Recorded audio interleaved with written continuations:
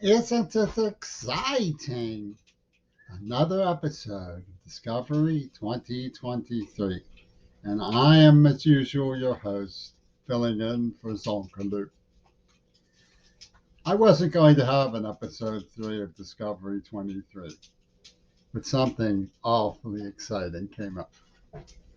I did a search in Google search engine, and even in Google Scholar, you need to know about Google Scholar. It's very helpful in finding PDFs that are online, for example, academic work. It's not that I was expecting to find a trove of academic work, but I expected to find something. Bly Cinders, whose name means blades from the cinders, or phoenix, has been around an awfully long time, and so was Edgar Cayce. There's more people who know about Ouspensky are liable to know both about Bly Cinders and Edgar Cayce, but it turns out that's not true. I did the search 10 times. You can try it yourself. The only person listed, and this is going to come as a surprise to you, because who do you think the only person listed who knew about both of them enough to make a point of knowing about both of them? Listed is both in English and in French. I'll give you a list of people to choose from: Mark Twain, George Ivanovich Gurdjieff, Stephen King, Jack Kerouac, Eric von Däniken, Robert Anton Wilson, August Wilson, Langston Hughes. Which one do you think it was? It really changed my estimation of this person. Jack Kerouac is the only one listed. Okay, now why is that surprising to me? Well, in addition to being suggestive of a secret being kept that Jack Kerouac didn't seem to see fit to see as a secret, it's an incredible oversight. Absolutely incredible in light of what Bly Cinders and Ouspensky were doing in cinema and what is happening today. It's terribly, terribly strange. I can understand people thinking Edgar Cayce is associated with UFO theories, von Däniken, Hollow Earth, uh, Zionist occupation government, something strange like that. The idea that Oswald was part of a conspiracy or something.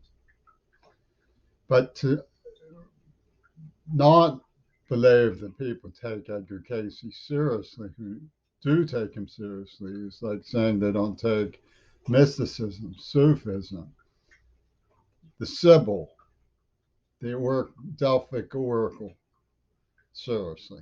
Obviously, people read Sticks and Sands. It's even known as uh, I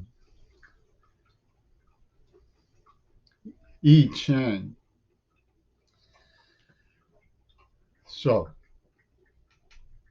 nobody put together the thematic syncopation between Edgar Cayce and Bly Sanders. That's very interesting to me. That's something I plan to do. But it also helps me get to something I've been meaning to get to for a long time. And probably I haven't read Jack Kerouac on these two men. There isn't much about him, his thoughts on those two men that I have seen yet. But he probably took them as, poetic phenomenon. The way Ernest Hemingway took issues of Ouspensky in the fourth dimension. The way Picasso took issues of Ouspensky in the fourth dimension. In levity, the way Martha Gellhorn might have taken Ingrid Bergman coming from UFA Nazi German cinemas and playing her in For Whom the Bell Tolls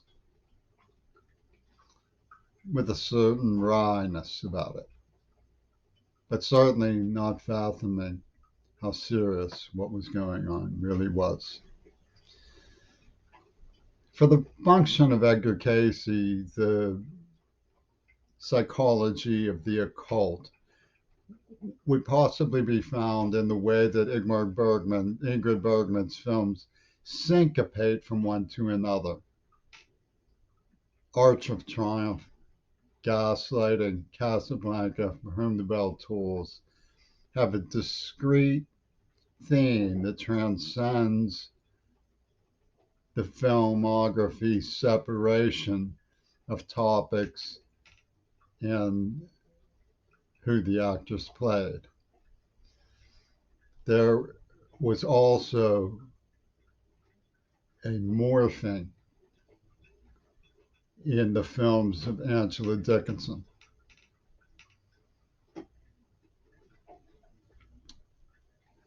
The morphing in the films of Angela Dickinson are based on a continuation of her persona from film to film, the same way that Ingrid Bergman's persona morphs from film to film into a unified theme that I call a super story.